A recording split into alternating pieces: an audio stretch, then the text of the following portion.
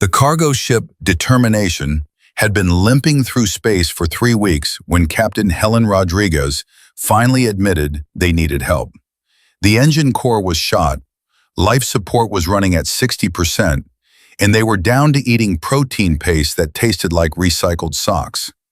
When the scanners picked up a habitable planet with signs of civilization, the crew didn't even debate it. They were going down. "Think they'll be friendly?" asked Chen, the navigator, as he guided the ship through the atmosphere.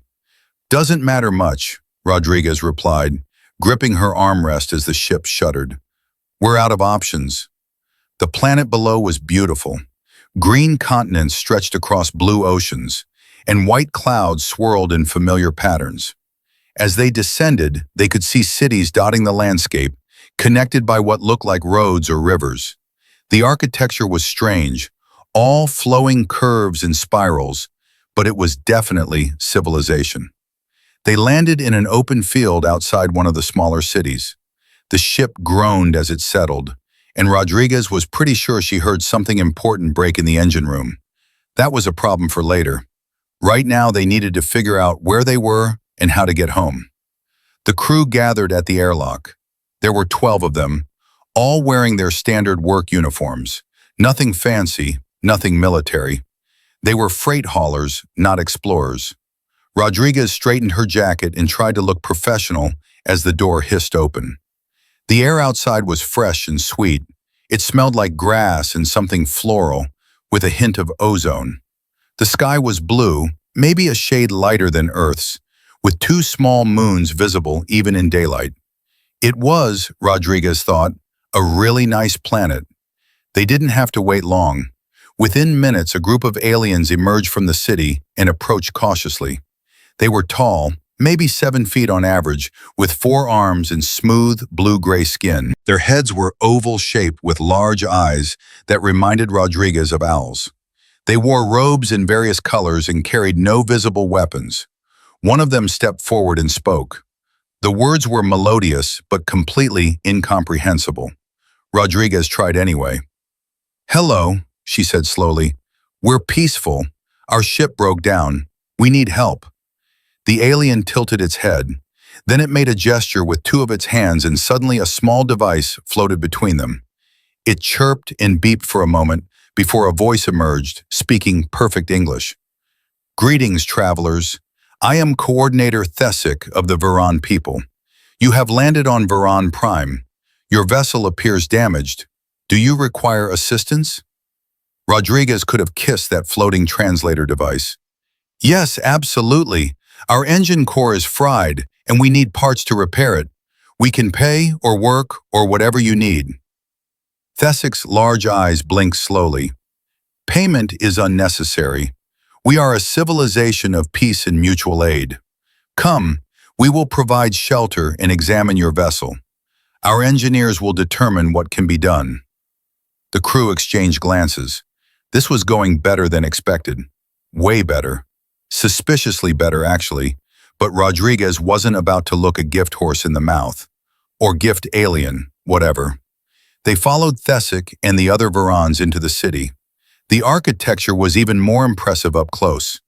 Buildings spiraled upward in graceful helixes, connected by bridges that seemed to defy gravity. Gardens grew everywhere, with plants in colors Rodriguez had never seen. And the people, hundreds of Verons, stopped to watch the humans pass with curious but friendly expressions. "Your people seem very welcoming," Chen observed. "We have been at peace for 3,000 cycles," Thesic explained. "We have no concept of war, no weapons, no conflict. We believe all beings should help one another." Rodriguez felt a small knot of unease in her stomach. A civilization with no concept of war?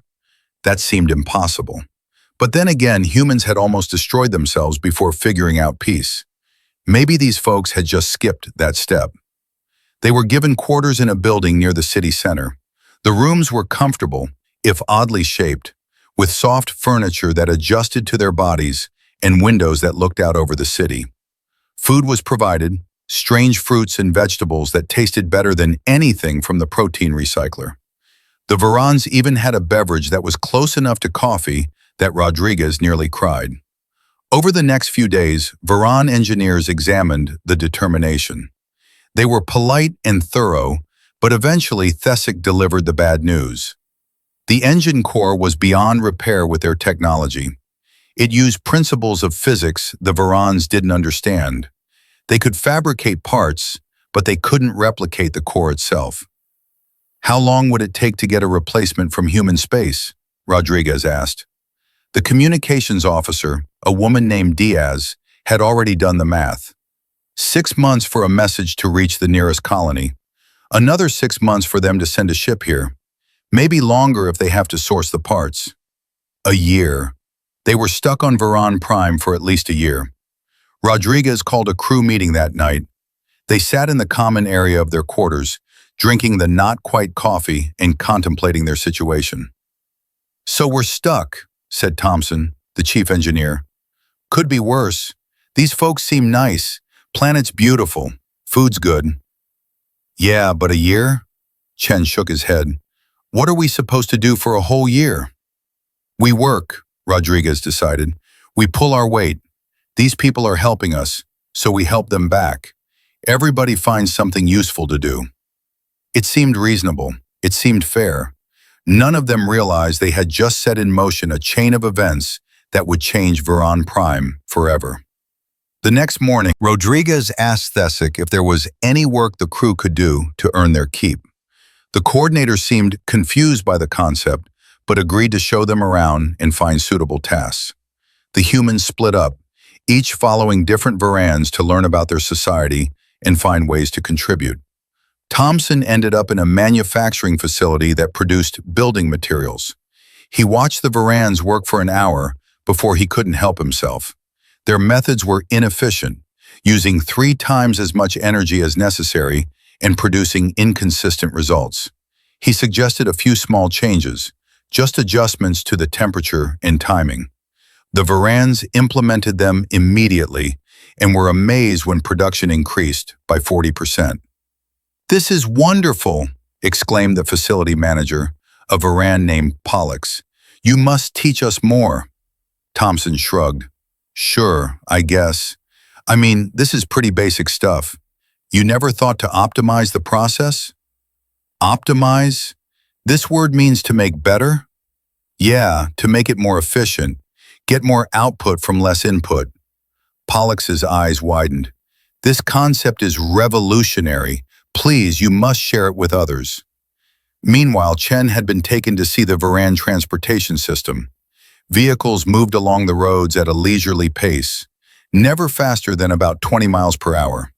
When Chen asked why, his guide explained that faster speeds were considered reckless and unnecessary.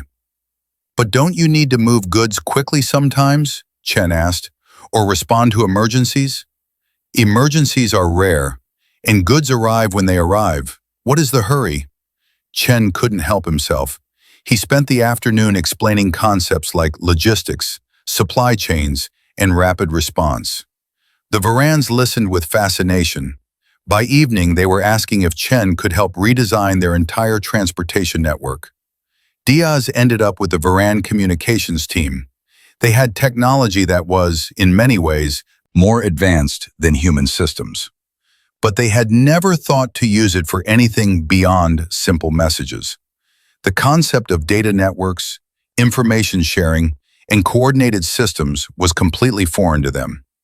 Within a week, Diaz had them building their first planetary internet. This pattern repeated across the crew. Rodriguez helped streamline government processes, cutting approval times from weeks to days. Martinez revolutionized food production with crop rotation and fertilization techniques. Jackson introduced the concept of preventative maintenance to the infrastructure teams. Kowalski taught them about scheduling and time management. The humans weren't trying to change anything. They were just doing what came naturally, applying basic human concepts of efficiency and problem solving. But to the Varans, each suggestion was a revelation. Their society had been stable and peaceful for so long that they had stopped innovating. They had stopped asking, "How can we do this better?" because they had never needed to. The changes started small. Factories became more efficient. Transportation sped up. Communication improved. But the effects cascaded. With better production, the Varans could build more. With faster transportation, they could distribute goods more widely. With improved communication, they could coordinate on a scale they never had before. And the humans just kept helping. 2 months after landing, Thesic came to Rodriguez with an unusual request. There had been a dispute between two cities over water rights. Such conflicts were rare, and the Varans had no real system for resolving them. They simply debated endlessly until someone gave up. This time, neither side was willing to back down, and the situation was causing distress. "We thought perhaps you could advise," Thesic said hesitantly. "Your people have experience with conflict resolution?" Rodriguez almost laughed. Humans had experience with conflict, all right.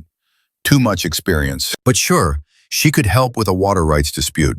She traveled to the region with Chen and studied the situation. Two cities, both growing, both needing more water from a shared river. The upstream city wanted to build a dam. The downstream city was afraid they wouldn't get enough water. Classic resource conflict. Rodriguez spent a week talking to both sides, examining the river and running numbers. Then she proposed a solution, a dam that would create a reservoir with controlled releases, ensuring both cities got reliable water year-round. Plus, they could add hydroelectric generators for clean power. She even throws in some irrigation ideas to help both regions grow more food. The Varans were stunned. The solution addressed everyone's needs and actually made things better than they were before. They had been so focused on the conflict that they had never considered a solution that benefited everyone. Word spread. Soon, Rodriguez was being asked to mediate other disputes. Property boundaries, resource allocation, and trade disagreements. Things that had festered for years because the Varans had no framework for resolution. She developed a simple arbitration system based on human legal principles, and it worked beautifully. The Varans started calling her the Resolver. She tried to explain that she was just applying basic mediation techniques, but they insisted it was a rare gift. Within 3 months, every major city on Varan Prime had requested her help with something. Thompson, meanwhile, had become something of a celebrity in manufacturing. The techniques he taught had spread across the planet, increasing production of everything from building materials to clothing. The Varans had more resources than ever before, and they didn't know what to do with them all. "Why not trade?" Thompson suggested. "You've got multiple cities, right? Each one specializes in what they're good at and trades with the others." The concept of specialized economy was another revelation. Soon, cities were focusing on specific industries, trading their surplus, and everyone was benefiting. The Varan economy, such as it was, transformed practically overnight. Chen's transportation network was complete. Vehicles now moved at reasonable speeds, goods flowed efficiently, and the Varans had discovered they actually enjoyed getting places faster.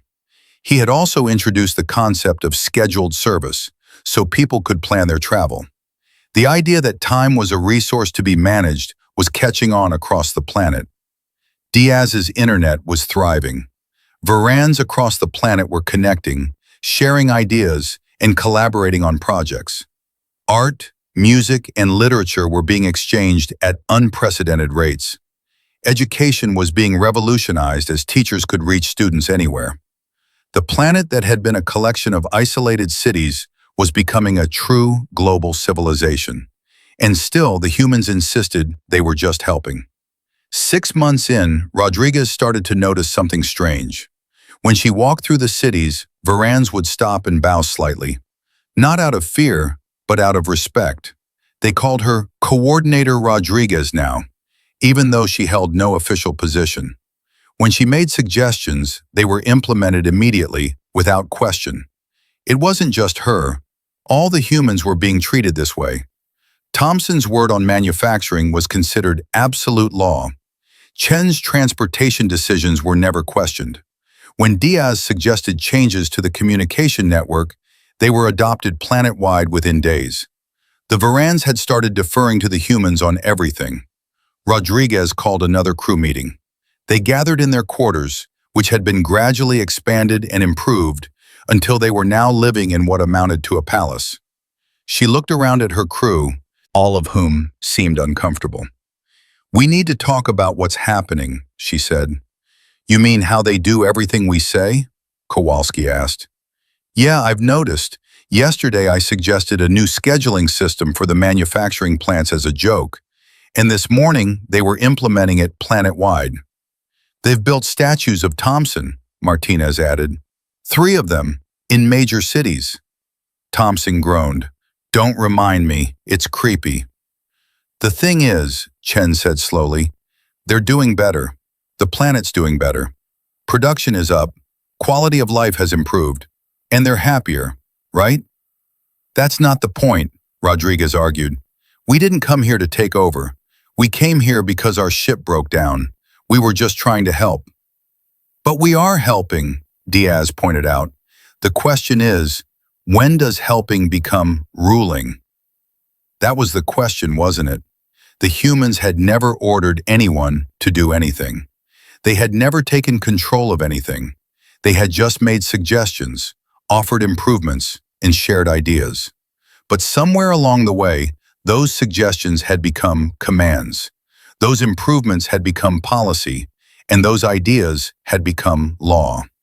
The Varans had, essentially, handed over control of their planet to 12 human freight haulers, and they seemed perfectly happy about it. "We need to talk to Thesic," Rodriguez decided. "We need to understand what's happening from their perspective." They found the coordinator in what had become the Central Administration Building, a structure that hadn't existed before the humans arrived. Thesic was coordinating responses to requests from all over the planet, implementing the organizational systems Rodriguez had suggested. When the humans entered, Thesic immediately stopped working and gave them full attention. "Coordinator Rodriguez, what can I do for you?" "Thesic, we need to talk about our role here. We're concerned that we've become too influential." Thesic's large eyes blinked in confusion. "I do not understand. Your guidance has been invaluable. Our civilization has advanced more in these 6 months than in the previous 1,000 cycles. But you're following our every suggestion without question," Rodriguez pressed.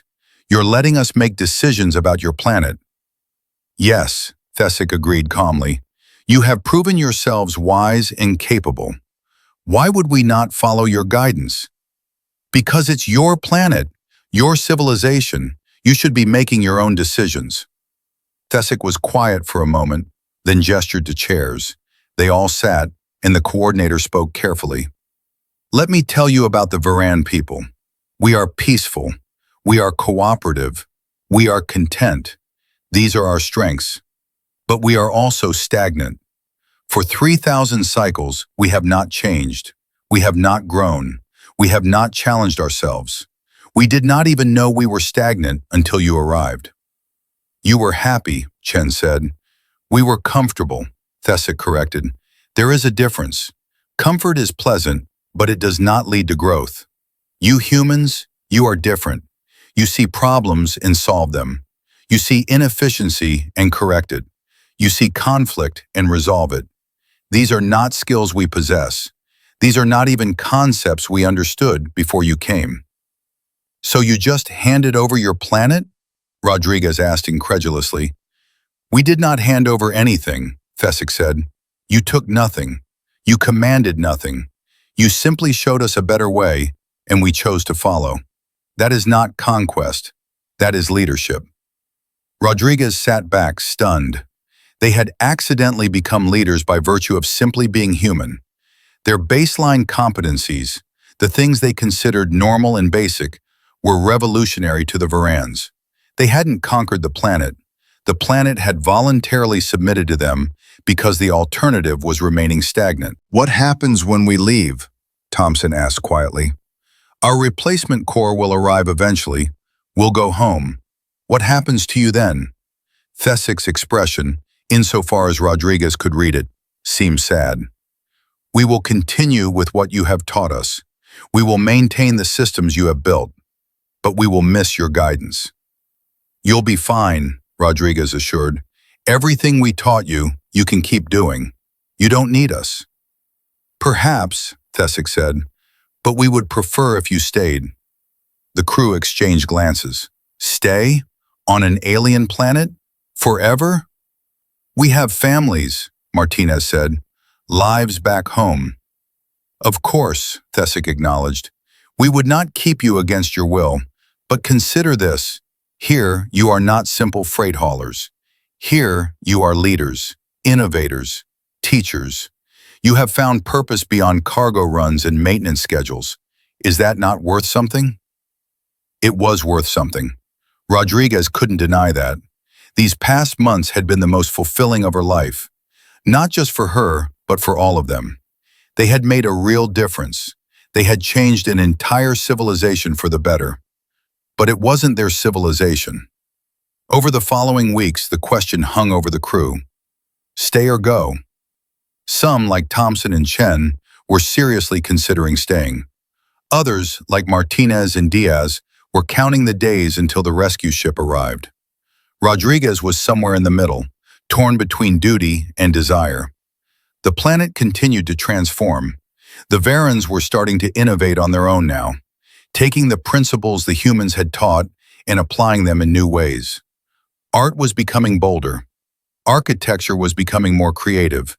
Even music was changing, incorporating rhythm and complexity it hadn't before. One day, Rodriguez was walking through a market when she overheard a conversation between two young Varans. They were debating the best way to organize a community project, using terms like optimization and efficiency. They were thinking like humans, applying human problem-solving methods to Varan problems. And they were doing it on their own. That's when Rodriguez understood. The humans hadn't conquered Varan Prime. They had infected it with human thinking. They had introduced concepts and methods that were fundamentally changing Varan culture. And unlike military conquest or political takeover, this change couldn't be undone. Even after the humans left, Varan Prime would never be the same. They had conquered the planet by accident, simply by being themselves. The rescue ship arrived exactly 1 year after the Determination had crashed. It came with a new engine core, supplies, and a replacement crew to take over freight operations. Captain Rodriguez stood with her crew on the landing field, watching the ship descend. Thesic stood beside them with what seemed like the entire city's population watching from a distance. The coordinator had aged in the past year, or at least seemed more tired. The transformation of Varan Prime had been exhilarating but exhausting. "You are certain you must go?" Thesic asked. Rodriguez nodded. "We have responsibilities, contracts to fulfill, lives to return to." "I understand," Thesic paused. "What you have done here will never be forgotten. You have given us a gift beyond measure. You have shown us that we could be more than we were." "You were always capable of more," Rodriguez said. "We just helped you see it." The rescue ship landed and its crew disembarked. They looked around in confusion. This wasn't the planet described in the distress call. The city was larger, more advanced. The technology visible was more sophisticated. And the aliens watching them seemed different somehow. More energetic, more purposeful. "What happened here?" asked the rescue captain. Rodriguez smiled. "We helped out a little, made some suggestions. You know how it is." Over the next few days, the Determination's engine was repaired. The crew packed their belongings, said their goodbyes, and prepared to leave. The Varans threw them a farewell celebration that lasted 3 days. There were speeches, gifts, and more than a few tears from both species. On the final day, Thesic presented Rodriguez with a small crystal sculpture. It was beautiful, spiral-shaped, catching the light in mesmerizing ways. "So you remember us," the coordinator said. "I could never forget," Rodriguez replied. As the Determination lifted off, Rodriguez looked down at Varan Prime. The cities were larger now, connected by efficient transport networks. Factories hummed with optimized production. Communication towers dotted the landscape. It was still a beautiful planet, still peaceful, But it was different now. The crew gathered on the bridge, watching the planet shrink behind them. They were quiet, each lost in their own thoughts. Finally, Thompson spoke. "We conquered a planet." "We helped a planet," Chen corrected. "Is there a difference?" Diaz asked. Rodriguez thought about it. "Maybe not. We showed up, made their lives better, and completely changed their civilization. That's conquest, even if we didn't mean it to be." "Conquest without violence," Kowalski mused. "Conquest through improvement. Is that even a bad thing?" "That's the question, isn't it?" Rodriguez said. She looked at the crystal sculpture in her hand. "We didn't take anything from them. We didn't hurt anyone. We just shared what we knew, and they chose to adopt it. If that's conquest, it's the strangest kind I've ever heard of." "Very human, though," Martinez added. "We show up somewhere, start fixing things, and before you know it, we're in charge. It's what we do." They flew in silence for a while, contemplating their accidental empire. Finally, Rodriguez made a decision. She turned to Diaz. "Send a message back to Varan Prime. Tell them we'll check in regularly, share information, answer questions. Just because we're leaving doesn't mean we're abandoning them."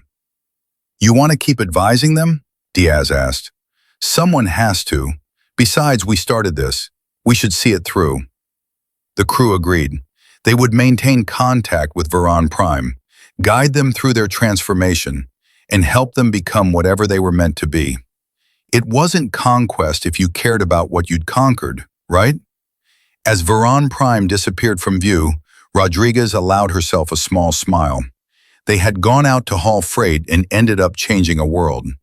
Not through force or deception, but through the simple act of being human, of seeing problems and solving them, of helping because it was the right thing to do. Humanity. Fuck yeah, indeed. Back on Varan Prime, Thesic stood in the newly organized Central Coordination Center, watching reports stream in from across the planet. Production numbers, transportation efficiency metrics, communication network status, all concepts that hadn't existed a year ago, all gifts from their human visitors. An aide approached. "Coordinator, the Council is requesting your input on the proposed expansion of the manufacturing sector. Tell them to proceed using the optimization frameworks Coordinator Rodriguez established, and remind them to consider long-term sustainability as Engineer Thompson taught us." The aide bowed and departed. Thesic looked out over the city, watching vehicles move along efficient routes, seeing buildings rise using advanced construction techniques, observing Varans going about their lives with new purpose and energy. The humans had conquered them, yes, but it was the gentlest conquest in history. They had come not with weapons, but with ideas, not with threats, but with solutions. They had shown the Varans that they could be more, do more, achieve more, and in doing so they had changed everything. Perhaps, Thesic thought, this was how all conquest should be. Not through destruction, but through inspiration. Not by taking, but by giving. The humans had left, but their influence would remain forever, woven into the fabric of Varan society. The coordinator returned to work, applying human principles of efficiency to Varan problems, just as they had been taught. The conquest was complete, and everyone was better for it. Across the galaxy, humanity was spreading, not through military might or colonial expansion, but through simple contact. Everywhere humans went, they helped, they suggested, they improved, and civilizations that had been stagnant for millennia found themselves suddenly dynamic and growing. The other species of the galaxy were starting to notice. Some called it cultural imperialism. Others called it beneficial interference. A few paranoid civilizations refused all human contact, afraid of being changed, but most welcomed humanity with open arms. Because for all their faults, for all their violent history and chaotic nature, humans had one quality that was undeniable. They made things better. The galactic community was slowly coming to a realization. Humanity wasn't conquering anyone. They were just being human. But the result was the same. Everywhere they went, human influence spread. Human ideas took root. Human methods were adopted. It was conquest by improvement, empire by accident, and nobody could stop it because nobody wanted to. Who refuses help? Who rejects better ways of doing things? Who turns down solutions to problems they didn't know they had? The answer was simple: nobody. A decade after the Determination's emergency landing, Varan Prime had become a hub of innovation in its sector. Other nearby species came to learn from them, to understand how they had transformed so completely. The Varans proudly shared the techniques and methods the humans had taught them, spreading human thinking even further. Rodriguez and her crew had become legends among the Varans. Stories of their wisdom and kindness were told to children. The Year of Transformation, as it was called, was celebrated annually.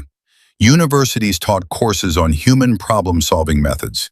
Philosophers debated the ethics of such rapid cultural change. But none of them, not even the most conservative Varan, who wished for the old ways, could deny that life was better now. People were healthier, wealthier, and happier. They had purpose and possibility. They had a future that was more than just a continuation of the past. Rodriguez received regular updates from Thesic. The coordinator was still in charge, applying human organizational principles with Varan wisdom. The planet was thriving. New cities were being planned. Trade with other worlds was beginning. They had even started a space program inspired by humanity's exploration of the stars. Reading the latest report, Rodriguez felt a mix of pride and unease. Pride in what they had accomplished. Unease at the magnitude of change they had caused. She showed the report to her crew during a stopover at a freight station. "They're planning to send a ship to another star," she said. "Can you believe it? A year and a half ago, they barely understood the concept of optimization, and now they're planning interstellar travel." "We did that," Chen said quietly. "We started something we couldn't stop." "Should we have stopped it?" Thompson asked. "They're happy. They're growing. They're becoming more than they were." "At the cost of who they were," Martinez countered. "Varan culture is fundamentally different now. They're becoming like us." "Is that wrong?" Diaz challenged. "Cultural exchange is natural. We didn't force anything on them." "Didn't we?" Rodriguez wondered. "We showed them efficiency, and now they can't go back to being inefficient. We showed them optimization, and now they can't accept waste. We changed how they think. That's the deepest form of conquest there is."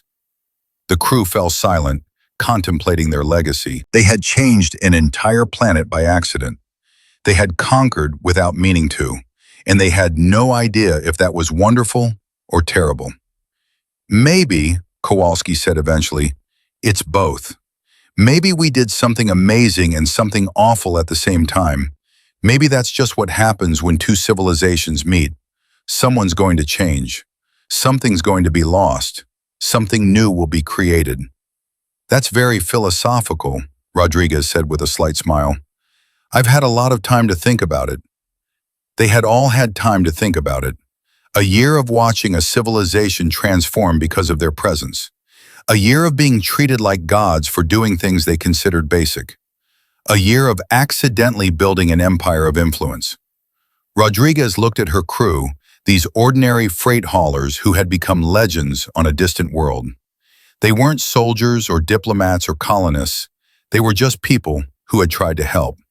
And in doing so, they had demonstrated the true power of humanity. Not military strength, not technological superiority, but the relentless drive to make things better, to solve problems, to optimize, to improve. It was so fundamental to human nature that they didn't even realize they were doing it half the time. And that, Rodriguez realized, was why humanity couldn't be stopped. You couldn't fight an enemy who didn't know they were fighting. You couldn't resist conquerors who thought they were just being helpful. You couldn't preserve your culture against people who only wanted to improve it. Humanity's conquest of the galaxy wouldn't be through war. It would be through well-meaning interference, through suggestions and improvements, through sharing knowledge and solving problems. And by the time anyone realized what was happening, it would be too late. They would already be thinking like humans, acting like humans, becoming like humans. It was the strangest empire in history, an empire built on good intentions, an empire where the conquered loved their conquerors, an empire that grew through accident and momentum rather than planning and force. Rodriguez pulled out the crystal sculpture Thesic had given her. It caught the light beautifully, a perfect symbol of Varan artistry. But even this had changed. The patterns were more mathematical now, showing the influence of human geometry. Even their art was becoming optimized. "We're going to do this again," she said suddenly, "somewhere else, to someone else. This is just who we are." "Probably," Chen agreed. "What are we supposed to do? Not help people? Not solve problems? Stop being human?" "No," Rodriguez said firmly. "We keep being human. We keep helping. But we're more careful. We're more aware. We explain what we're doing and why. We give people the choice to adopt our methods or not." "Will they ever choose not?" Thompson asked skeptically. Rodriguez didn't have an answer for that. The galaxy was changing. Humanity was spreading. And everywhere they went, they brought their peculiar brand of helpful, enthusiastic, problem-solving chaos. They conquered through kindness. They invaded through innovation. They colonized through cooperation. And nobody could stop them, because stopping them meant refusing to improve. It meant accepting inefficiency. It meant staying stagnant. And in a universe full of challenges and competition, no civilization could afford that. Varan Prime was just the beginning, the first accidental conquest of many, the first civilization to be fundamentally changed by contact with humanity's helpful nature. Others would follow. Some would resist longer, some would change more completely, but all would change. Because that's what happens when humans show up. Things get better, more efficient, more optimized, more human. And once that process starts, it can't be stopped. Years later, a young Varan named Kellic stood before a university class, teaching the next generation about the year of transformation. The students listened raptly as Kellic explained human concepts of efficiency and optimization, illustrated with examples from Varan history. "The humans did not conquer us with weapons," Kellic said. "They did not force us to change. They simply showed us possibilities we had never imagined. And we, as wise beings, chose to adopt these better ways." A student raised a hand. "But did we lose something in the process? Are we still Varan, or are we becoming human?" Kellic paused, considering the question carefully. It was asked every year by every generation. "We are still Varan," Kellic said finally, "but we are Varan enhanced by human wisdom. We kept our values of peace and cooperation. We kept our love of beauty and harmony. We simply added efficiency and drive. We became more than we were." "But what if the humans return?" another student asked. "What if they change us again?" Kellic smiled. "Then we will become even more. This is not conquest, this is evolution. The humans taught us that growth is possible, that stagnation is a choice. Whether they return or not, we have learned the most important lesson they had to offer. Always seek to improve." The class nodded, accepting this wisdom. They were the children of transformation, raised in a world that married Varan contentment with human ambition. They were something new, something that couldn't exist without both influences. And across the galaxy, in 1,000 different systems, similar conversations were happening. Different species, different contexts, but the same essential story. Humanity arrived. Humanity helped.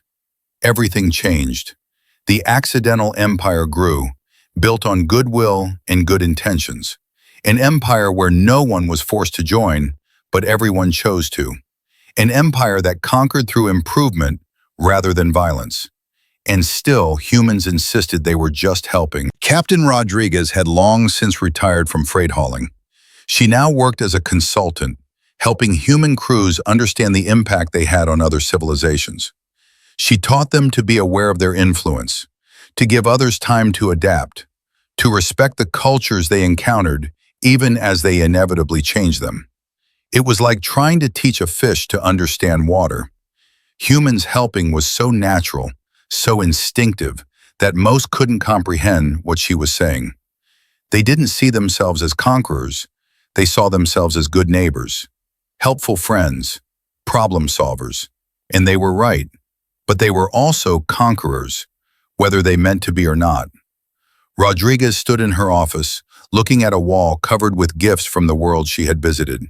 The crystal from Veron Prime held pride of place, but it was joined by dozens of others, each one a memento of a civilization changed, each one a reminder of humanity's gentle conquest.